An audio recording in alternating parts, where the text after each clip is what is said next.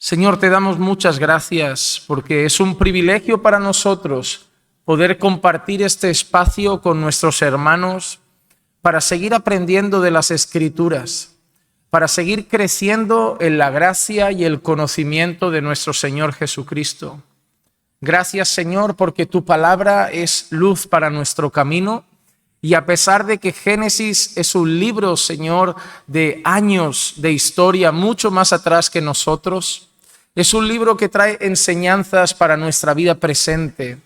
Te pido, Señor, que hoy puedas edificarnos, que puedas hablar a nuestros corazones y que podamos, Señor, a través de la historia de Jacob, seguir siendo instruidos en tu palabra para que nuestra vida cada día te dé más y más la gloria. Bendícenos en este tiempo con la guía de tu Espíritu y que podamos ser guiados en toda verdad. Te pedimos esto en el nombre de Jesús. Amén, amén y amén.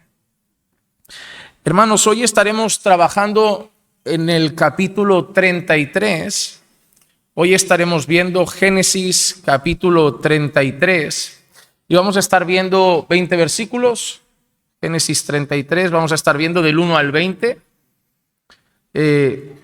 Y me gustaría empezar con una frase y luego empezar a desarrollar cada una de las partes de este pasaje para que podamos meditar en esta parte de la historia de la travesía de Jacob y que podamos sacar enseñanzas para nuestra vida presente también.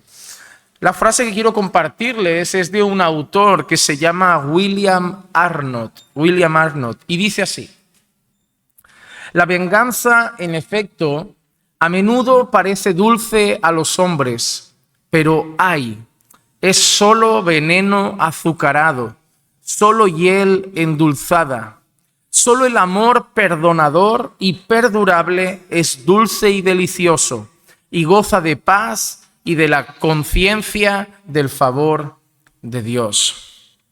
Realmente las personas, cuando planifican una venganza y la llevan a cabo, pueden llegar a pensar que es algo agradable, porque cuando la venganza se produce, hay como un sentimiento de victoria en el corazón. Parece que nos hemos quitado ese deseo de que alguien pague por lo que nos ha hecho, de que alguien, de poder ajustar cuentas con una persona.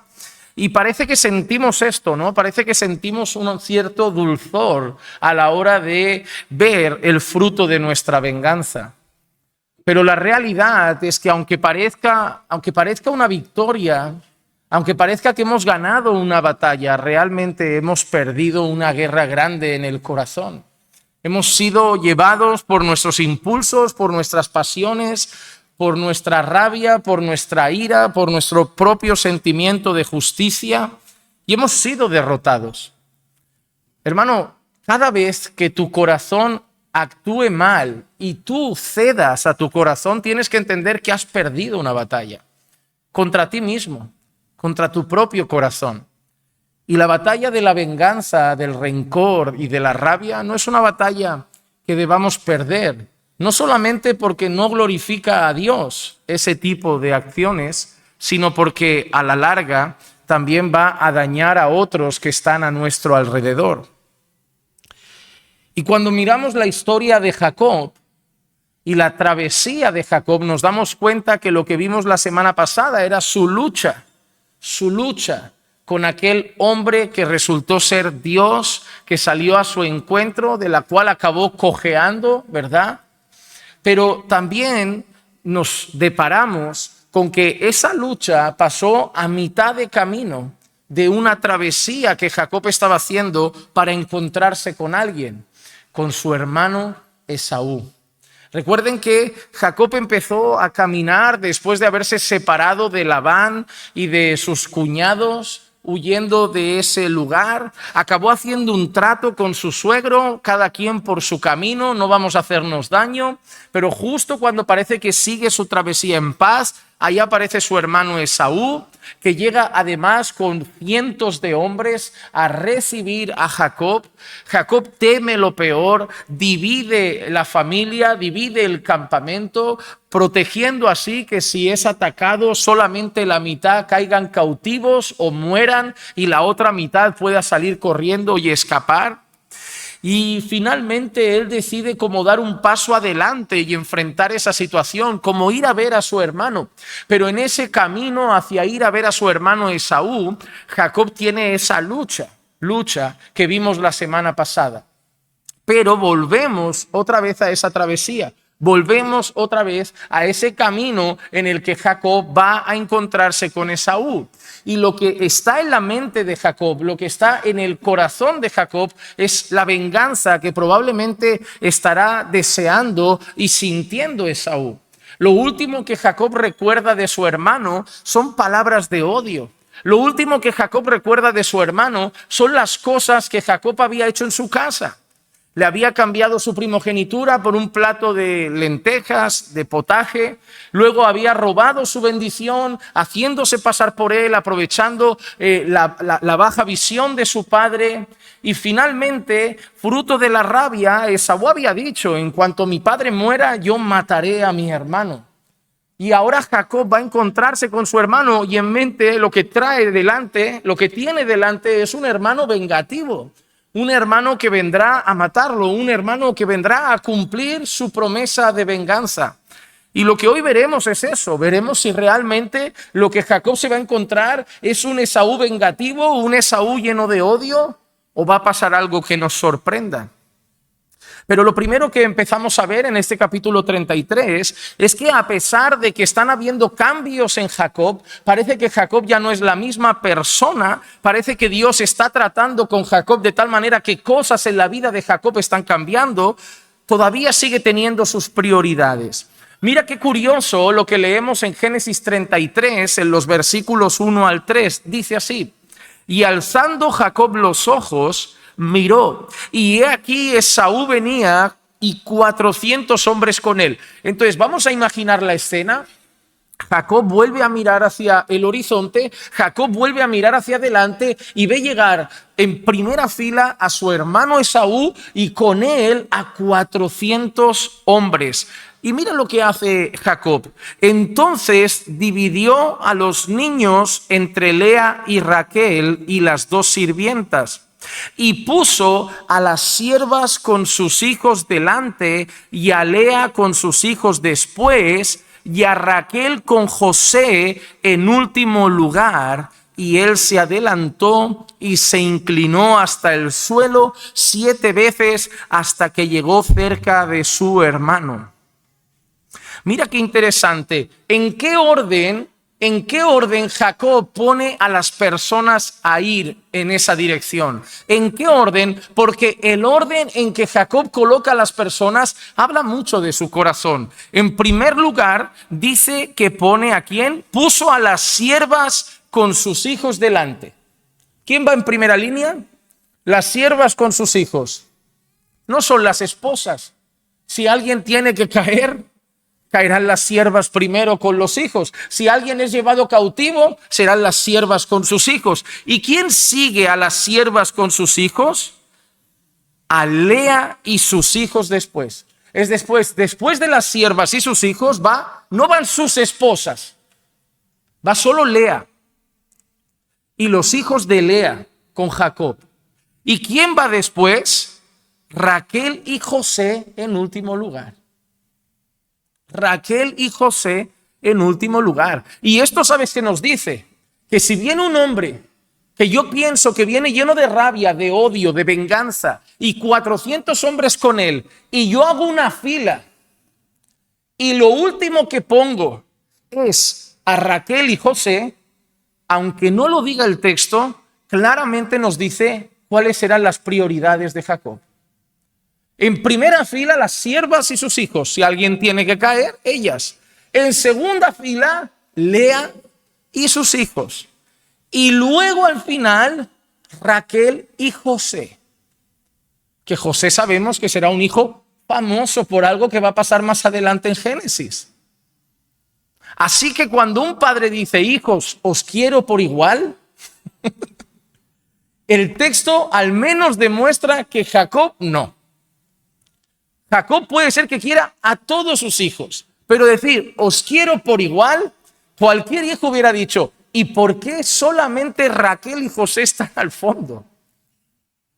Claramente nuestros corazones tienen preferencias. Y quien niegue eso es mentiroso. El decir que nuestros corazones no generan preferencias es mentira. A veces ni las calculamos, se dan naturalmente, se dan solas.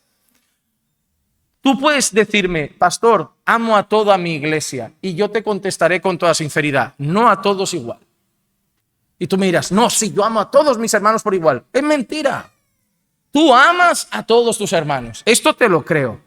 Tú amas a tu iglesia, esto te lo creo. A todos por igual, esto no te lo creo. Hay personas que si sabes que se enferman, orarás, y hay personas que como se enfermen, correrás a su casa. Eso es una realidad. Y si queremos mentirnos, jugamos a engañarnos. Pero es como un profesor que siempre miente. Quiero a todos mis alumnos por igual. Mentira. Todos sabemos que todo profesor tiene un alumno que le cae mejor. Pero no lo puede decir. No es moralmente correcto decir al alumnado, este es mi preferido. Porque lo que vamos a buscar es que el resto se llene de odio, se llene de rabia, se llene de envidia, como vamos a ver más adelante con un hijo y sus hermanos. Cuando un hijo solo va a recibir un regalo y el resto de hermanos van a mirar a un padre diciendo, os quiero a todos por igual, pero solo hay una túnica y se la regalo a este. Hermanos, Jacob nos está mostrando sus preferencias. Y cuando pone en última fila a Raquel y a José, está demostrando que el corazón de Jacob tiene preferencias por esa esposa y ese hijo. Y no debemos llevarnos las manos a la cabeza y sorprendernos, porque la preferencia de Jacob por Raquel ha sido desde el principio. Nadie puede decir, pero ¿cómo puede ser? Desde el principio, Lea ha sabido que no fue una elección de Jacob.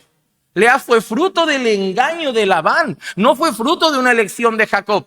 Y además hemos visto y recorrido Génesis y hemos visto cómo Lea se ha querido ganar el cariño de Jacob de muchas maneras. Y cada vez que engendraba un hijo, ella creía que ahora sí Jacob me miraría. Pero los ojos de Jacob siempre se iban con Raquel. Y hasta este momento, Jacob sigue haciendo declaraciones de amor hacia Raquel, pero también una declaración muy dura hacia Lea. Lea, si alguien tiene que caer, que seas tú y no Raquel. Pero hay una cosa interesante también en el texto. Mira lo que dice. Y a Raquel con José en último lugar, y él se adelantó. A pesar de que pone a las siervas y los hijos primero, a pesar de que pone a Lea y sus hijos después, y luego pone a Raquel y José, el que va adelante, el que se adelanta es Jacob. Él se adelantó. Y además el texto nos da un detalle curioso. Se inclinó hasta el suelo 7 veces hasta que llegó cerca de su hermano. ¿Te imaginas la escena? ¿Ves venir a Jacob? Detrás de él tiene a las siervas y sus hijos, luego tiene a Lea y sus hijos, y luego está Raquel y José, pero él va adelante en el camino y cada ciertos pasos se agacha, se arrodilla, se levanta, sigue andando, se agacha, se arrodilla y se levanta, sigue andando, se agacha, se arrodilla y se levanta. ¿Por qué hace eso Jacob? En la cultura oriental, en la nuestra no. Y por eso tenemos que entender que la Biblia no es un libro occidental en su contexto. En la cultura oriental, postrarse era una señal de humillación y respeto. Era una señal de sumisión. Era una señal donde una persona mostraba reverencia. Si tú vas a países asiáticos, te habrás dado cuenta que uno de los gestos que en algunos países asiáticos hacen para mostrar reverencia, respeto, es un saludo inclinándose. Y me pareció leer una vez en un artículo que cuanto más se inclinan, mayor respeto están mostrando. Es como delante de esta persona me inclino un poco, pero si es el presidente me inclino mucho. Y el nivel de la inclinación está marcando el nivel de respeto, el nivel de honra. Eso es propio en culturas orientales. Tú vas a ver en películas de culturas orientales como gente llega a hablar con un rey y lo primero que hace es ponerse en el suelo hasta que el rey le dice, levántate. Por eso nosotros como creyentes en la Biblia aprendemos que una de las posiciones que como hijos de Dios tenemos delante del Señor es arrodillados. Pastor, ¿hay que ir delante de Dios de rodillas? No es obligatorio. Pastor, ¿hay que postrarse para orar? No es obligatorio. Pero una de las cosas que el contexto bíblico nos muestra es que en ese contexto la posición de arrodillarse es una señal de sumisión. Y a lo largo de la historia, la religión cristiana asimiló esa postura como una señal de sumisión ante Dios. Como si le dijésemos a Dios, no me postro ante el rey, no me postro ante el presidente, no me postro ante nadie, pero ante ti me postro, porque tú sí mereces toda mi humillación, tú sí mereces toda mi rostro en el suelo, tú sí que eres digno de honra, tú sí que eres digno de alabanza, tú sí que eres digno de exaltación.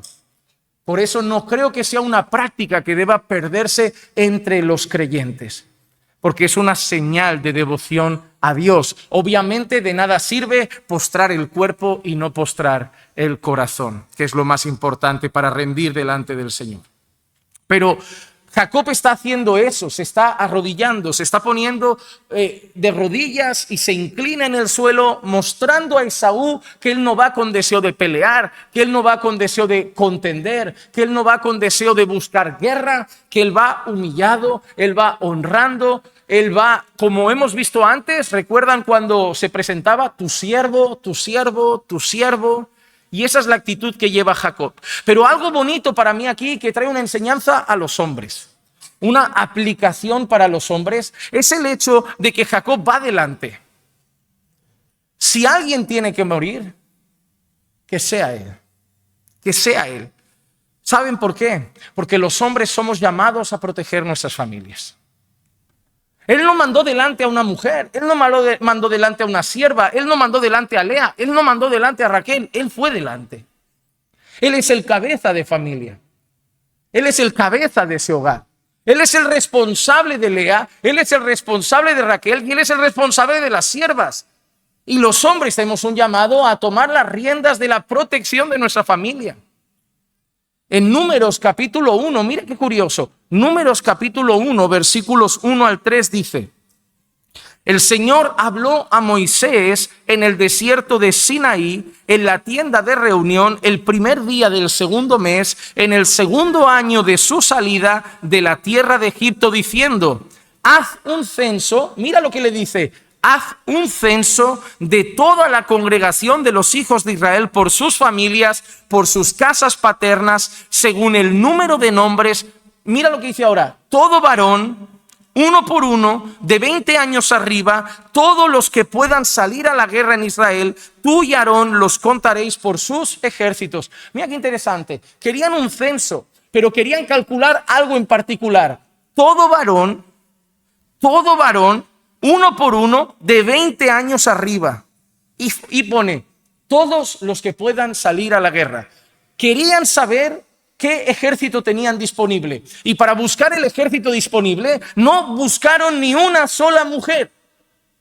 Porque si alguien tenía que proteger la nación, si alguien tenía que proteger al pueblo, debía ser un varón. Los hombres del pueblo. Y esto es interesante, hermano, porque son principios que no se deben cambiar, no se deben torcer.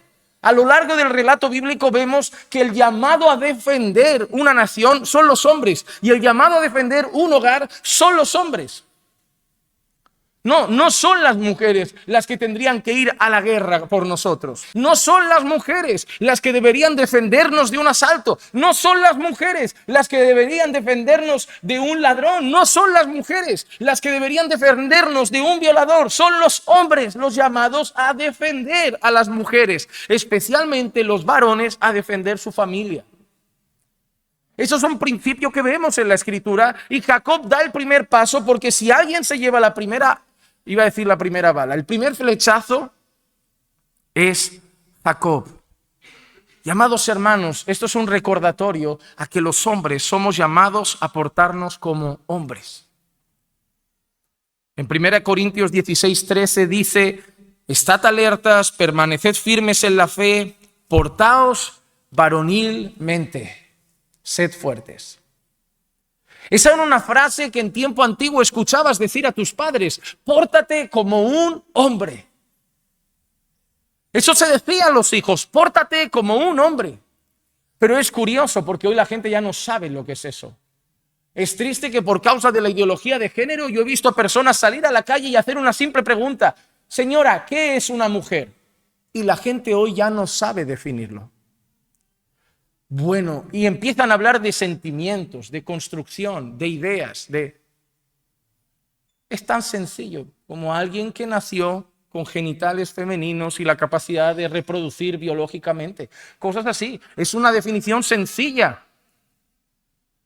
Tenemos que tener claro lo que es un hombre y lo que es una mujer. Y tenemos que tener claro el rol de un hombre y el rol de una mujer. Y tenemos que tener claro lo que es masculinidad y feminidad. Aunque el mundo quiera torcer esa idea en nuestra cabeza, tenemos la responsabilidad como iglesia del Señor, que es llamada a ser columna y baluarte de la verdad, adentro al menos de la iglesia, y exportarlo para afuera, volver a mostrar al mundo lo que es un hombre y una mujer. Y son los hombres, no las mujeres, los que deben proteger sus hogares. Yo sé que está muy bonito el discurso de madre coraje, yo sé que está muy bonito el discurso de yo soy madre y padre. No, no eres madre y padre, eres madre que intenta llenar el vacío de un padre. Tú no vas a ser padre nunca, porque padre es un hombre. Y en esa casa va a haber una carencia. No defendamos y levantemos la bandera en honra a las madres coraje como si fuera una meta. Parece que las animamos a tener que ser madres solteras. No, no fue nunca el diseño de Dios.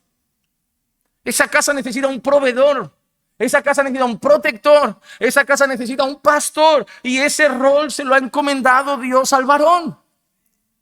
Y Jacob ha tomado la iniciativa, ha dado un paso adelante, se ha portado como un hombre, se ha portado como otro hombre en la Biblia que en un momento de encrucijada religiosa se levanta ante una nación y dice: vosotros podéis servir a quien queráis, pero yo y mi casa serviremos al Señor.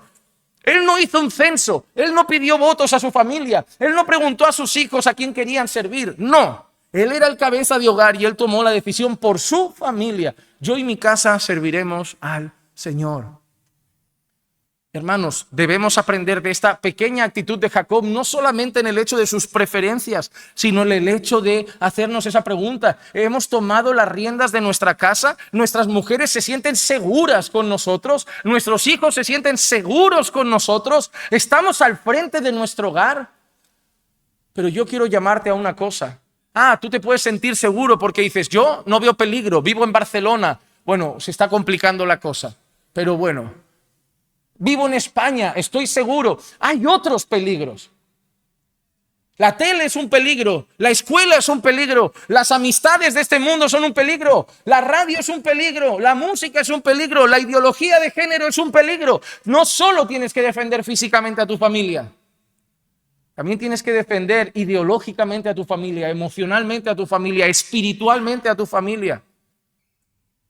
Hombres, den un paso al frente y defiendan su casa como Jacob estaba dispuesto a hacer. Defender a los suyos. Velar porque su casa estuviese protegida, no solo físicamente, no solo económicamente, en todos los sentidos. Porque los peligros no son solo físicos, son otros mucho peores. Hay gente que ha perdido a sus hijos y nadie le puso a sus hijos la mano encima. Los perdió de otra manera. Debemos proteger nuestros hogares. Pero ahora viene la parte bonita de esta historia. Porque Esaú, que todo el mundo creía que llegaría vengativo, que todo el mundo creía que llegaría con odio, que todo el mundo creía que llegaría con rabia, no. Esaú prefiere la reconciliación que la venganza. Génesis 33, versículos 4 al 11 dice: entonces Esaú corrió a su encuentro y lo abrazó. ¿Tú te imaginas a Jacob viendo a su hermano venir corriendo? ¿Te imaginas a Jacob yendo? Lo último que recuerda Jacob es: en cuanto muera papá, te degollo vivo, te mato. Y va corriendo Esaú. Yo me imagino a Jacob diciendo: hasta aquí llegué. Y de golpe lo abraza. Hermano, ¿qué tal? ¿Cuánto tiempo? ¿Qué pensaría Jacob? ¿Qué pensaría Jacob? ¿Qué pasaría por su cabeza? ¿Qué sentiría su corazón? Porque lo que menos esperaría es eso, pero dice que corrió a su encuentro y lo abrazó y echándose sobre su cuello, lo besó y lloraron. Yo no sé si Jacob lloró de nervios o de emoción, pero lloraron. Esaú el pagano, Esaú el malvado, Esaú el tirano, Esaú el no escogido por Dios, lo abrazó, lo besó y lloraron. Qué triste cuando hasta los paganos hacen lo que se espera de los cristianos. Qué triste cuando en la iglesia tenemos que pedir que la gente se reconcilie, cuando en la iglesia tenemos que pedir que se abracen y el mundo lo hace para darnos una lección. Vosotros los de Dios con rencor y hasta los paganos a veces perdonan. Cuando veo que un pagano, cuando veo que un infiel, cuando veo que un impío hace esas cosas, me pregunto, y yo me jacto ante el mundo de nosotros somos la luz del mundo, la sal de la tierra, y yo estoy orando para no tener rencor de mi hermano de la iglesia, que seguro no me ha hecho lo que Jacob le hizo a Esaú. Esto nos enseña mucho y nos hace preguntarnos cosas. Dice, y alzó sus ojos y vio a las mujeres y a los niños y dijo, ¿quiénes son estos que vienen contigo? Y Jacob respondió, son los hijos que Dios en su misericordia ha concedido a tu siervo. Mira qué interesante porque Jacob sigue hablando con ese lenguaje de siervo, sigue mostrándose humilde. Pero hay otra cosa bonita, ¿no? Estos son los hijos que ¿quién? Que Dios en su misericordia le ha concedido a tu siervo. No olvides que cuando te pregunten ¿quiénes son esos? Esa es la respuesta. Son los hijos que Dios en su misericordia me ha dado. Uno, no los he ganado yo, me los ha dado Dios. Y dos, no me los merezco, son un regalo del Señor. Son los hijos que en su misericordia Dios me ha dado. Hermano, valora las cosas cuando empieces a ver que no son tuyas. Cuando empiezas a ver que son un regalo. Cuando empiezas a ver que te las ha concedido el Señor. Mira qué respuesta tan bonita. Son los hijos que Dios en su misericordia ha concedido a tu siervo.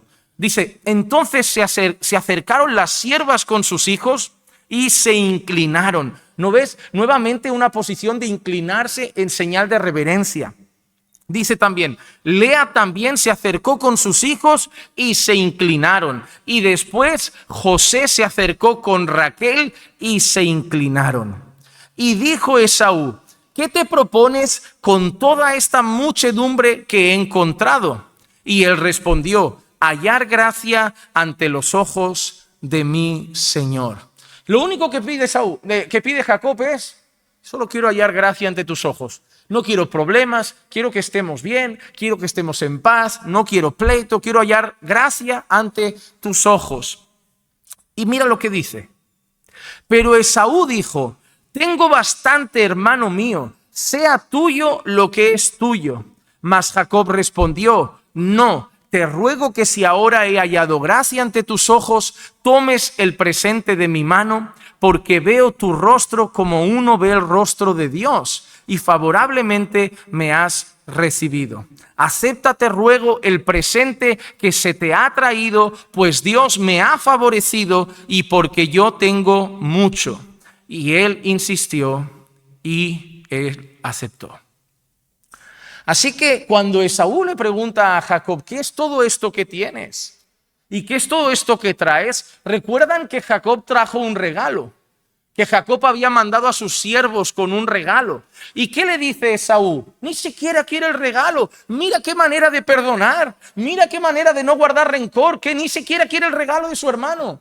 A Esaú no le hacía falta. Esaú tiene 400 hombres. Entiendo que deben haber mujeres, entiendo que deben haber niños. No creo que sean poca gente. Cuando el texto dice que Esaú va con 400 hombres, que nadie piense que era un hombre y 400 más vagando por las llanuras, solo machos por ahí. Es que fueron delante los hombres nuevamente porque seguramente mujeres y niños se habían quedado en la retaguardia. Así que Esaú había crecido como pueblo, tenía gente, tenía bienes, tenía posesiones, y el corazón de Esaú ha perdonado de tal manera a su hermano que incluso no quiere el regalo. Pero Jacob insiste en dar el regalo. Y Jacob ha dicho una expresión que yo no sé si la han percibido, pero es curiosa. Dice, toma el presente de mi mano porque veo tu rostro como ve uno el rostro de Dios y favorablemente me ha recibido. Jacob no quiere decir que vea a Esaú como Dios. Y Jacob no quiere decir que vea a Dios en Esaú. Lo que Jacob está expresando es que de la manera que Dios muestra su favor hacia los hombres y los hombres tienen la costumbre de responder con una ofrenda en gratitud a Dios, de la misma manera Jacob ve a Esaú mostrando su favor y quiere responder con una ofrenda. Él solo está equiparando la actitud de ofrendar por un favor recibido. Cuando tú ofrendas al Señor, es un acto de gratitud, ¿no? Hermano, que yo espero que lo entiendan. Las cosas que ven en la Biblia como ofrendas, sacrificios, diezmos, esto no lo inventó el pueblo judío. Si ustedes estudian las religiones que habían entonces, en aquel contexto, religiones paganas también tenían ofrendas y sacrificios y diezmos. Era común en otras religiones.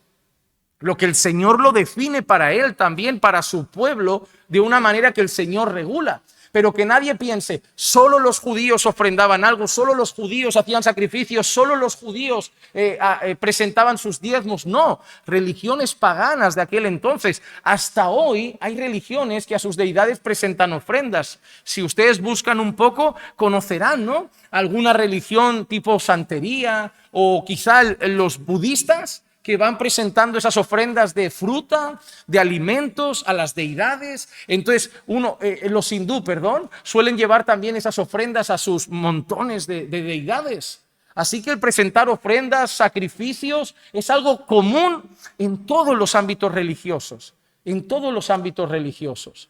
Entonces, lo que Jacob está diciendo, que así como es común cuando Dios te muestra favor, tener un gesto de gratitud con una ofrenda, cuando Jacob dice, veo tu rostro como el rostro de Dios y como me has tratado favorablemente, por favor, recibe mi ofrenda, lo único que está queriendo explicar Jacob es que él solo ve el favor que le está dando Esaú y la manera como quiere agradecerlo es con su regalo, es con su ofrenda. Y finalmente, después de insistir, Esaú lo acepta.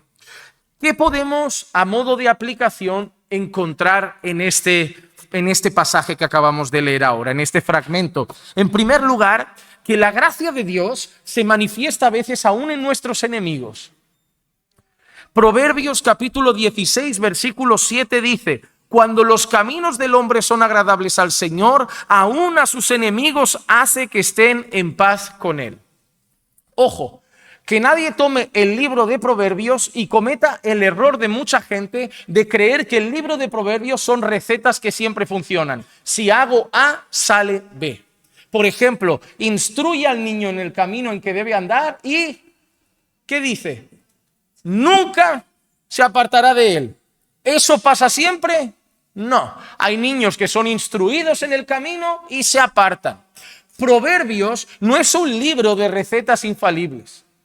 Proverbios es como si un hombre hubiese salido a la calle a hacer encuestas y hubiese dicho, de los niños que son instruidos en el camino de Dios, muchos al final acaban ahí. Si uno no es perezoso, al final le va bien. El que guarda en el tiempo de la cosecha, cuando llega el invierno, siempre tendrá. El que es generoso con el pobre, el Señor no se olvidará de él. Pero no significa que, ay Señor, yo he dado todo a los pobres y ahora a mí no me está llegando. Tu palabra dice que no son reglas infalibles. Son como si hubieran hecho estadísticas. Las estadísticas muestran porcentajes, cosas que pueden pasar y que son comunes que pasen, pero no significa que el 100% de los momentos, de los casos suceden. pero sí que te quiere guiar a hacer esas cosas. Te quiere guiar a instruir a tu hijo en el camino del Señor. ¿Para qué? Para que haya un porcentaje mayor de posibilidades de que no se aparte de él. Porque si no lo instruyes, obviamente no sabrá ni qué es ese camino. Ahora, quiere decir aquí Salomón en Proverbios 16:7 que si yo vivo bien la vida delante del Señor, ¿todos mis enemigos estarán en paz conmigo? No. Pero es Salomón inspirado por el Espíritu Santo guiándonos a vivir una vida recta, una vida digna, porque muchas veces afecta incluso a la manera como los enemigos nos tratan. Son muchas las ocasiones que una persona, siendo honesta, haciendo lo que es correcto a los ojos de Dios, al final un enemigo desiste y dice, no, déjalo ya, pasa de él. Y deja el pleito, y deja la pelea, y deja la contienda. Muchas veces pasa. Ahora, cuando nosotros miramos el relato de la Escritura, les pregunto yo, ¿hemos encontrado alguna vez a un rey pagano que decía, he hallado gracia delante de tus ojos, como el caso de Abraham con un rey, con un gobernador? Sí. El Señor en su soberanía muchas veces mueve el corazón incluso de los impíos para que miren con gracia hacia nosotros. ¿Cuántos de nosotros Dios puede haber movido el corazón de un jefe impío para que nos diera a nosotros el trabajo? ¿Cuántas veces el Señor puede haber tocado un corazón para decir el trabajo para él? Y no sabe por qué, pero le has caído bien, le has caído en gracia y dice, mira, me ha gustado. El trabajo es tuyo. Y tú sales de allí diciendo, Señor, gracias, porque tú has hecho que me mire con gracias. Y esto nos recuerda algo. El Señor no es soberano solamente sobre su pueblo. El Señor es soberano sobre todo el mundo. ¿Quién te ha dicho a ti que Dios solo puede tocar el corazón de creyentes? Dios puede tocar cualquier corazón, porque Dios gobierna el universo. Todas las cosas están bajo su dominio. Ahora, este pasaje obviamente nos da también una lección importante. Nos recuerda que somos llamados a perdonar. Ahora no quiero que miremos a Jacob, por un momento quiero que miremos a Esaú, a quien le intercambiaron la primogenitura y a quien le robaron su bendición. Miremos a Esaú. Y Esaú nos recuerda que tenemos un llamado a perdonar, hermanos. Colosenses capítulo 3, versículo 12 y 13 dice, entonces, como escogidos de Dios, santos y amados, revestidos de tierna compasión. Mira lo que tenemos que tener en nuestra vida, hermanos. Compasión, bondad, humildad, mansedumbre y paciencia, soportándose unos a otros. ¿Sabes por qué me vas a tener que soportar? Porque te voy a fallar. Hermano, solo hay que soportar a alguien que me hace la necesidad de soportarlo. ¿Y por qué cada vez que tenemos que soportar a alguien, cada uno toma su camino? ¿Por qué cada vez que toca soportar, le pedimos a Dios, hazme más como Cristo? Llega un problema en la iglesia y no actuamos como Él. Si Dios nos brinda cada día situaciones en nuestras relaciones para ser más como Cristo. Es como quien le dice, Señor, dame más paciencia, y el Señor te alarga un tiempo más sin trabajo. Ay, Señor, no puedo más, ¿no querías paciencia? ¿Cómo voy a darte paciencia si no es con estas situaciones? El Señor te regala oportunidades. Tú no le pides al Señor, hazme más como Jesús, dame más misericordia, hazme más humilde. Ok, mañana mismo el hermano te falla, tienes la oportunidad de ser como Cristo. Hermano, ¿cuándo vas a ser como Jesús? Cuando la gente te va a fallar, cuando la gente no va a dar la talla, cuando la gente te va a traicionar. Ahí tienes la oportunidad que tanto le pides al Señor de ser como Cristo, de poner la mejilla ante el traidor de Judas, de amar al Pedro que te niega, de tener paciencia con el incrédulo de Tomás. Nos cansamos de pedir a Jesús, de pedir al Señor que queremos ser más como Cristo, y tenemos cada día oportunidades que mismo el Señor nos prepara. Cosas tensas en el trabajo, una tensión en casa, una tensión en la iglesia, y es el Señor diciéndome, ¿no querías ser más como Jesús? Ahora tienes el escenario. O sea, me pides que quieres ser más como Jesús, pero quieres que a tu alrededor todos sean Jesús. No, para hacerte más como Jesús voy a poner un Pedro, voy a poner un Judas, voy a poner un Tomás, y ahí vas a poder ser como Cristo. El problema es que cuando los otros no dan la talla, nosotros tampoco la damos. Porque cuando los otros no dan la talla, nosotros deberíamos darla, ¿no? Tanto que nos ofende que no den la talla, pues nos toca darla. ¿Cómo? Perdonando, amando. Así que déjame decirte algo. Aquí nadie da la talla, parece. Ni el que ofende, ni el ofendido. Porque la única manera de dar la talla es mansedumbre, paciencia, soportándoos y perdonándoos unos a otros. Si alguno tiene queja contra otro, como Cristo os perdonó, así también hacedlo vosotros. Hermano, mañana vas a tener la oportunidad de ser como Jesús. Pero no pienses que eso significa que va a ser un día fácil. No hay oportunidad más bonita de ser como Jesús que el día más difícil de todos. Porque hay que imitar a Jesús incluso en los momentos que parecen nuestro propio Getsemaní. Momentos de agonía, momentos de dolor, ahí también debemos ser como Cristo. ¿O vas a dejar de orar y decirle al Señor que te haga como Jesús? Pero si realmente quieres ser como Jesús, amado hermano, tienes oportunidades todos los días. Lo que pasa es que para ser como Jesús no puedes ser tú. Tienes que morir, tienes que negarte. Cada día que te pase algo difícil en la vida, que te fallen, que te traicionen, que te mientan, que el jefe te trate mal, que el cliente te hable estúpido, cada día tienes dos oportunidades, dos decisiones, dos elecciones, o la elección de ser tú o la elección de ser Jesús. Pero los dos no van a actuar. O actúas como tú o actúas como Cristo. Si actúas como Cristo, tú mueres. Y si actúas como tú, Cristo no aparece.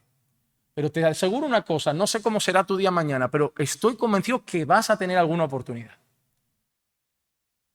Cuando nos llamaron a morir a nosotros mismos, no fue una vez. Fue todos los días.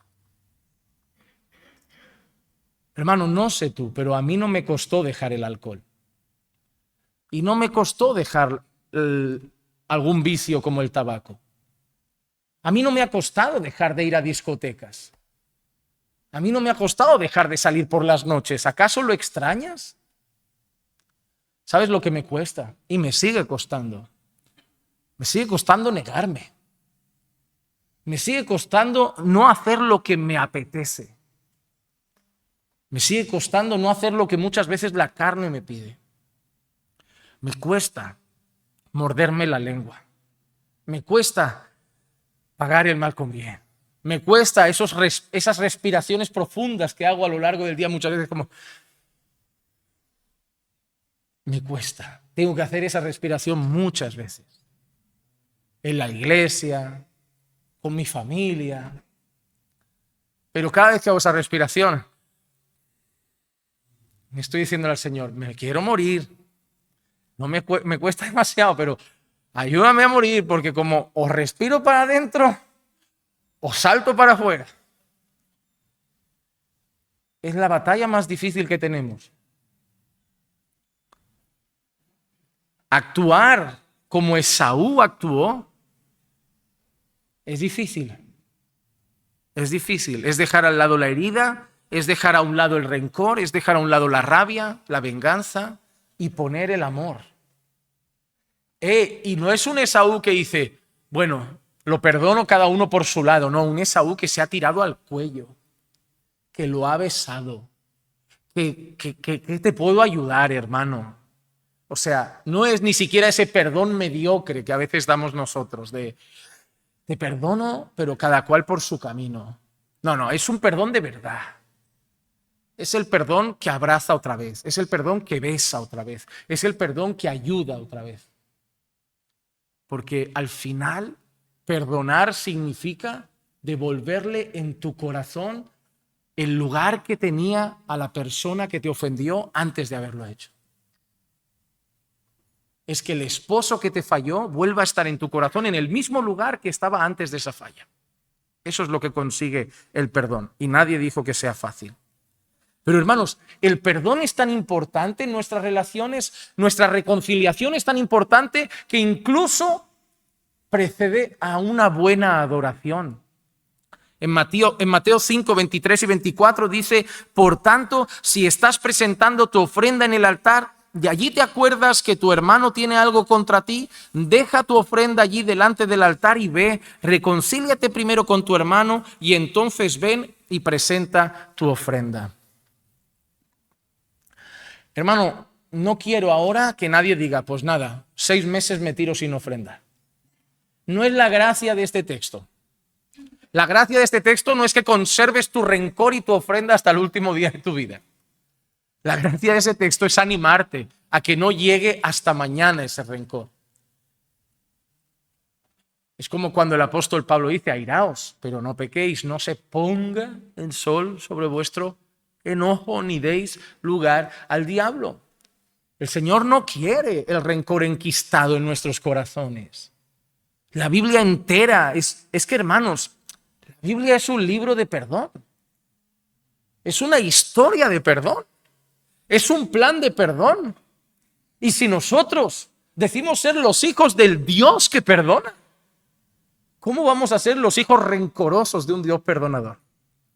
No representamos bien a Dios con el rencor porque servimos al Dios que cuando los pecados son muchos, su gracia es mayor. Y si la falta es mucha contra ti, tu gracia debe ser mayor. ¿Quieres ser más como Jesús? Cuando te fallen horrible, derrama gracia, porque es lo que Jesús hace contigo. Nuestras faltas contra Dios fueron más grandes que las faltas de cualquiera contra ti. Pastor, pero tú no sabes lo que me han hecho. Lo que sea es menos que lo que hemos hecho nosotros contra el santo Dios.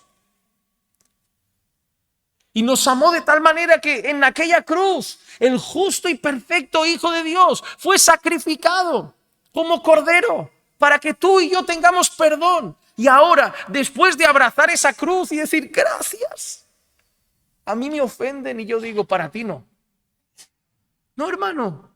Pastor, cuando a mí me preguntan, pastor, estoy orando para conseguir perdonar, para un momento de orar. ¿Cómo que paré de orar? Ve a leer el Evangelio. Ve a leer, me parece que estás muy enfocado en ti, en tu oración, porque estás orando diciendo, Señor, me duele, estoy triste, ayúdame. Estás pensando solo en ti y en tu dolor. Ve a la cruz, lee lo que pasó en aquella cruz, recuerda lo que pagaron por perdonarte a ti. Y después de leer sobre la muerte de Cristo, ve y perdona, porque te va a costar menos. Cuando te duela lo que te han hecho, no pienses en ti, piensa en Jesús. Y recuerda lo que le hemos hecho a nosotros. Siempre es nosotros y nuestro corazoncito egocéntrico de, ay Señor, trata con mi corazón para... ¿Qué trata? Ve a la cruz. Esa oración no debería ni estar haciéndola. Tu corazón debería derramar perdón. Ve a la cruz, recuérdate el Evangelio. No hay mayor mensaje para todo en esta vida que el Evangelio. Pastor, quiero luchar por santificarme. Mira la cruz, mira lo que costó el pecado y lucha contra el pecado.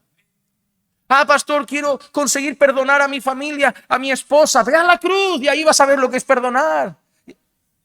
Ah, pastor, yo quiero conseguir ser más humilde. Ve a Cristo. Si es que en Él está toda la respuesta a cualquier área de tu vida. Cualquier lucha que tú tengas, dime la que sea, te llevaré a la cruz y ahí encontrarás un ejemplo. El Evangelio no es un mensaje que debemos recordar una vez para ser salvos. El Evangelio es el mensaje que nos debemos seguir predicando todos los días de nuestra vida. No hay mayor motivación para la santidad, no hay mayor motivación para el perdón, no hay mayor motivación para la humillación que la cruz. Por eso Pablo lo tenía muy claro. Nosotros predicamos a Cristo y Cristo crucificado. Nadie necesita otra cosa que el mensaje de la cruz. Pero ahora va a pasar algo que nadie piense que es fruto del rencor, pero Jacob y Esaú van a tirar cada cual por su camino. Pero no es rencoroso esto. Génesis 33, 12 al 17 dice, entonces Esaú dijo, pongámonos en marcha y vámonos, yo iré delante de ti. Pero él le dijo, mi señor sabe que los niños son tiernos y que debo cuidar de las ovejas y las vacas que están criando. Si los apuramos mucho, en un solo día todos los rebaños morirán. Adelántese ahora mi señor a su siervo, y yo avanzaré sin prisa, al paso del ganado que va delante de mí, y al paso de los niños, hasta que llegue a mi señor en Seir. Y Esaú dijo: permíteme dejarte parte de la gente que está conmigo. Pero él le dijo: ¿para qué? Halle yo gracia ante los ojos de mi señor. Aquel mismo día, regresó Esaú por su camino a Seir, y Jacob siguió hasta Sucot, y edificó una casa, e hizo cobertizos para su ganado. Por eso el lugar se le puso el nombre de Sucot. Ahora, hay una cosa curiosa, yo no sé qué tan cierto será. Algunas personas creen que la conversación de Jacob es sincera. Los niños están muy tiernecitos, las vacas están pariendo, las ovejas están recién paridas. Si yo me pongo a correr detrás de ti con todo tu ejército hacia Seir, se me van a morir por el camino. Pero lo que choca a muchos es que cuando Esaú tira para Seir, vuelve atrás, Jacob va a Sucot, que está en otra dirección. Y Jacob le había dicho: ve tirando, que yo voy detrás y te sigo. Y algunos piensan que lo que Jacob estaba haciendo era quitarse a Esaú de encima. Hermano, Jacob está cambiando. Pero la historia de Jacob nos recuerda algo.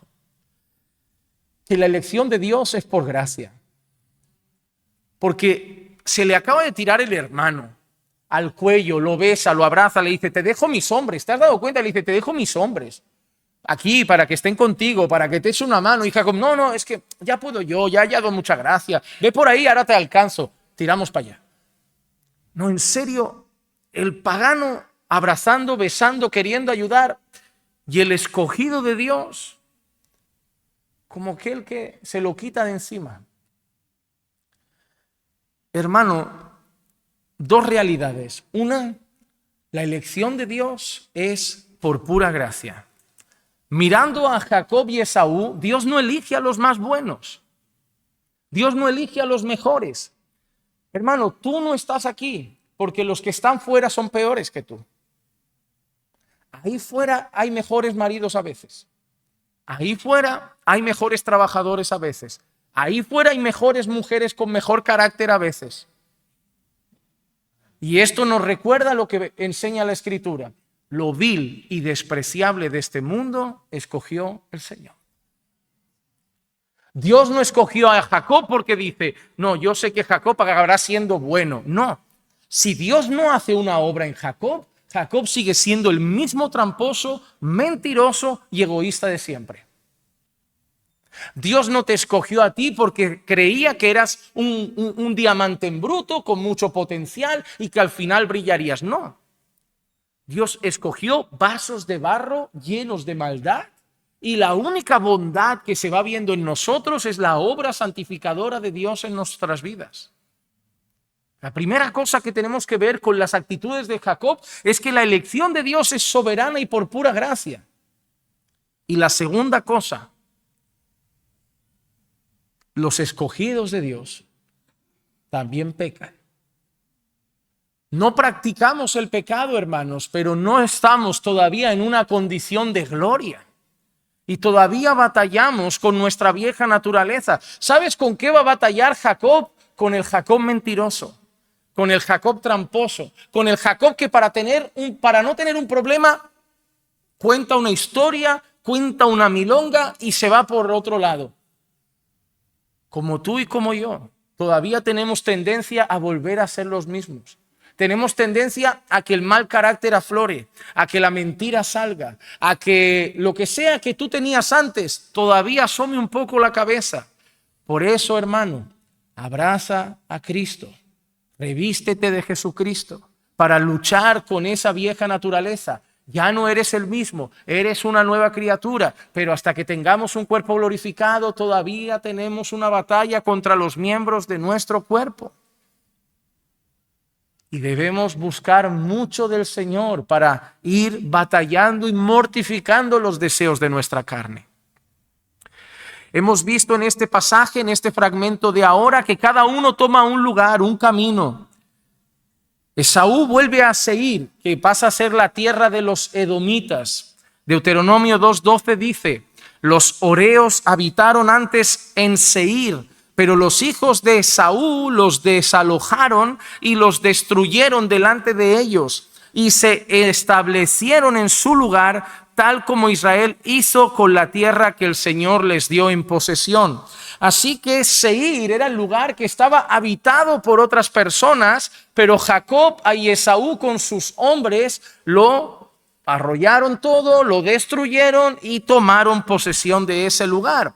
Una tierra donde vivirían los edomitas, que si seguimos leyendo, y como ya hemos dicho, después de Génesis iremos por Éxodo, si seguimos leyendo nos encontraremos que ese pueblo, los edomitas, fueron enemigos del pueblo de Dios. Les pusieron tropiezo, no les ayudaron a pasar algunas veces por su tierra, fueron bastante amenazantes para con ellos, y finalmente Dios trató duramente con los edomitas.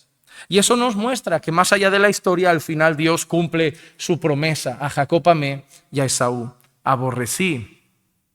Pero Jacob se dirige en otra dirección y acaba en un lugar al que llaman Sucot, y se edificó allí una casa e hizo cobertizos para su ganado. Sucot es el lugar de tiendas, el lugar de tiendas. No se edificó una casa de hormigón, no se iba a quedar ahí toda la vida, era un lugar de transición. Hicieron cobertizos, hicieron tiendas. Hasta el día de hoy, judíos celebran una fiesta que tiene por nombre Sukkot. La fiesta de los tabernáculos, la fiesta de las tiendas, una fiesta donde ellos celebran el cómo han sido sustentados en tiempos de peregrinaje. En Génesis 31:3 recordamos una cosa. Entonces el Señor dijo a Jacob: vuelve a la tierra de tus padres y a tus familiares, y yo estaré contigo. Ahora, ¿por qué Jacob no fue detrás de Esaú?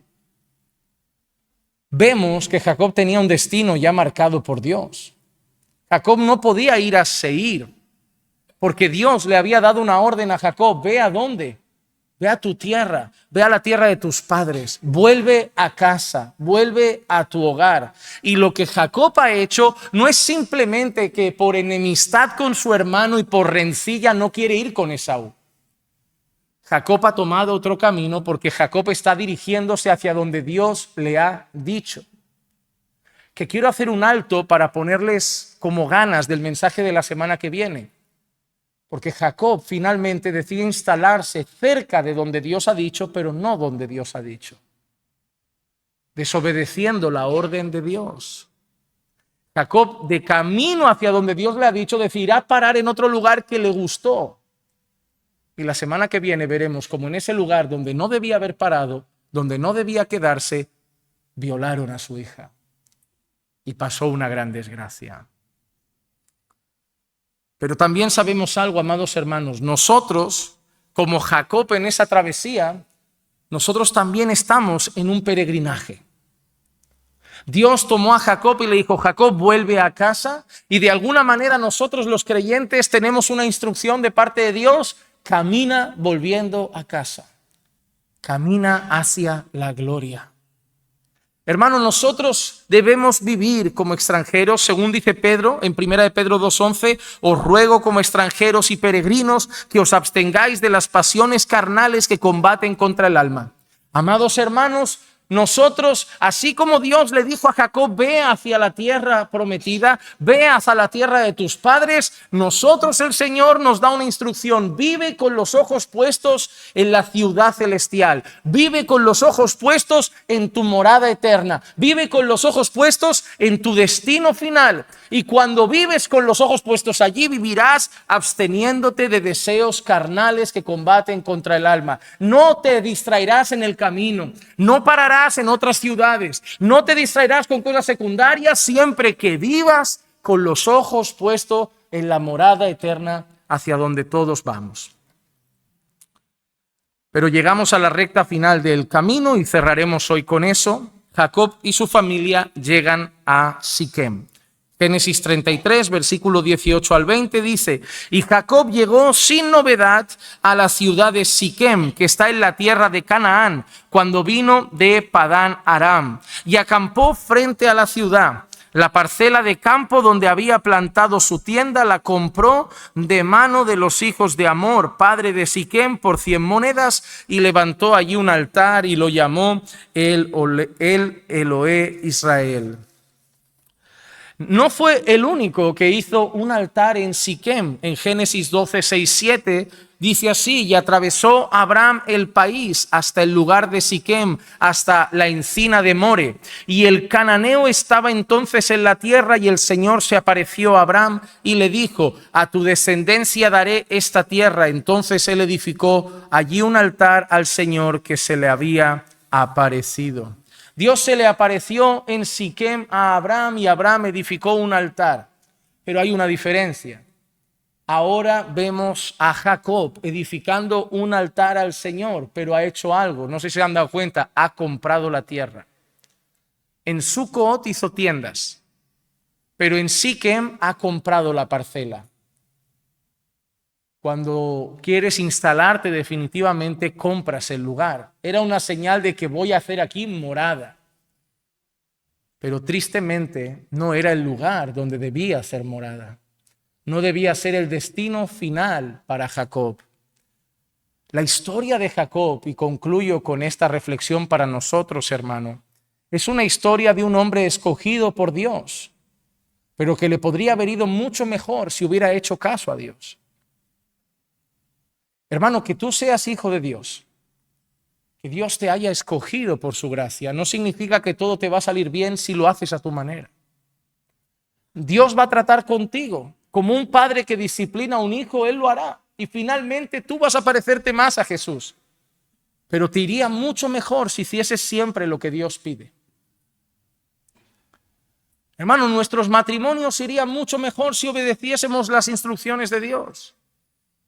Nuestra familia iría mucho mejor si hiciésemos caso a las instrucciones de Dios. Yo como hombre me iría mucho mejor si fuese como Dios dice. Si yo tengo un día un problema con Clisia, ¿saben por qué es? Porque no habrá hecho alguno lo que tenía que hacer como hijo de Dios. Es sencillo. Si yo me paro a pensar, y lo hago humildemente delante de ustedes, y cada uno puede pensar lo mismo y creo que llegará a la misma conclusión. Cualquier problema o pleito que yo haya tenido con mi mujer, si yo lo analizo es porque uno o el otro no actuó como Dios manda. Si yo tengo un problema con un hermano y lo analizo es porque uno o el otro no actuó como Dios manda. Si yo tengo un problema con mi iglesia y lo analizo es porque uno u otro no actuó como Dios manda. Al final veo una clara conclusión. Puedo ser un hijo de Dios, pero yo mismo me busco problemas como Jacob se busca problemas. Era tan fácil como hacer otra tienda en Siquem y seguir el camino hasta donde tenía que ir, haciendo caso a Dios. Cada vez que un Jacob para donde no tiene que parar, la semana que viene veremos lo que le pasa a su hija. Cada vez que un Sansón cuenta lo que no tiene que contar, acaba ciego. Cada vez que un David mira lo que no tiene que ver, acaba con una familia destrozada y casi perdiendo un reino. Pueden ser hombres que Dios ha dotado de dones. Pueden ser hombres que Dios ha dotado de un reino. Pueden ser hombres que Dios ha dotado de su favor. Pero cuando deciden no hacer lo que Dios manda, pagan las consecuencias. Existe entre los cristianos una idea equivocada de como soy hijo de Dios, ya el pecado no tiene consecuencias, las llevó todas Cristo. No funciona así. Cristo perdonó todos nuestros pecados, pero las consecuencias de nuestra desobediencia se viven en carne propia en esta vida también. Hermano, tu vida es una vida llena de la gracia de Dios. Y por mucho que le has fallado después de conocerle, Él sigue mostrando su gracia. Pero te iría mucho mejor si le obedecieras en todo. Jacob es una historia llena de gracia, como la nuestra. Pero también es la historia de un hombre, como nosotros, que está en proceso de santificación. y en ese proceso hará cosas de las que va a pagar las consecuencias, como una hija violada que veremos la semana que viene. Y muchos de nosotros, en ese proceso de santificación, podemos herir personas con cosas que hacemos mal, podemos romper hogares. Hermano, busquemos del Señor, no abusemos de su gracia. Y que cuando miremos a la cruz, no solo veamos perdón, sino también cuánto Dios odia el pecado, hasta el punto que nos ayude a odiarlo de la misma manera. Hermano, en tus oraciones dile al Señor, Señor, yo no quiero sentirme mal por el pecado, yo quiero odiar el pecado. Yo quiero aborrecer el pecado. Yo no quiero solamente sentirme mal. Yo no quiero solamente saber que hice mal. Yo quiero aborrecer pecar. Yo quiero que pecar me desgarre el corazón.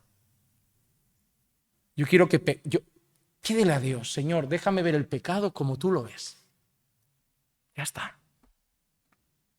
Y que Dios te conceda por su gracia poder contemplar el pecado desde los ojos de su santidad. Y que así lo veas tú.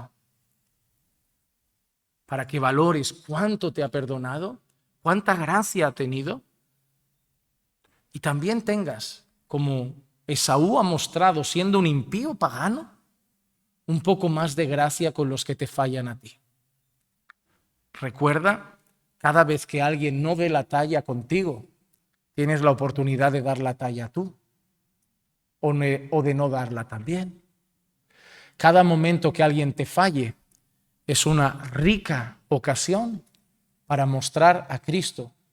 Y si tanto queremos ser como Él, pues en cada falta de la gente tenemos una ocasión para mostrar a Cristo y no nuestro propio corazón. Que Dios nos ayude. Vamos a orar. Señor, te damos gracias por tu palabra y por todas las aplicaciones que hemos podido traer a nuestra vida y a nuestro corazón en este día. Señor, no permitas que nuestros corazones alberguen amargura, rencor y rabia, Señor, sino más bien que podamos ver a Esaú, Señor, y podamos perdonar como él hizo. Podamos, Señor, llevar la venganza afuera, incluso dejártela a ti, pues tu palabra dice, mía es la venganza, yo pagaré, dice el Señor. Pero nosotros, Señor, ayúdanos a compartir un poco de esa gracia que hemos recibido, Señor. Y que así como hemos sido perdonados, que seamos capaces de soportar y perdonarnos unos a otros también. Te pedimos, Señor, que nos hagas más como Cristo y te pedimos que nos ayudes porque tendremos muchas ocasiones de aquí en adelante para manifestar a Cristo. Y te rogamos que en esos momentos podamos morir a nosotros mismos para que sea Cristo el que aparezca. Te pedimos todo esto en el nombre de Jesús. Amén y amén.